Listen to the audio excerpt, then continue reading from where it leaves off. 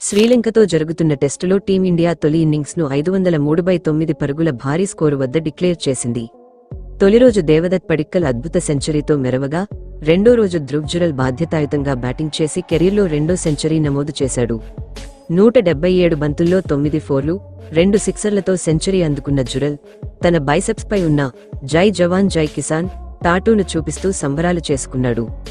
7వ స్థానంలో వచ్చి శ్రీలంక గడ్డపై సెంచరీ బాదిన రెండో భారత బ్యాటర్గా జురెల్ రికార్డు సృష్టించాడు. తొలిరోజు గాయంతో రిటైర్డ్ హర్ట్ అయిన రిషబ్ పంత్ రెండో రోజు వచ్చి కీలకమైన 63 పరుగులతో హాఫ్ సెంచరీ సాధించాడు.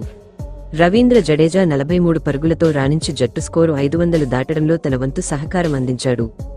వర్షం కారణంగా కాసేపు మ్యాచ్ ఆగిపోయినా, ఆట తిరిగి ప్రారంభమయ్యాక భారత్ పట్టు బిగించింది.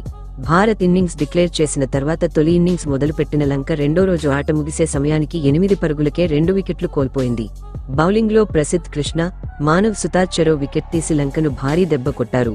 మొదటి 2 రోజుల్లోనూ పూర్తి ఆధిపత్యాన్ని ప్రదర్శించిన భారత్ ఈ మ్యాచ్లో ఇన్నింగ్స్ తేడాతో గెలిచే అవకాశాలు స్పష్టంగా కనిపిస్తున్నాయి.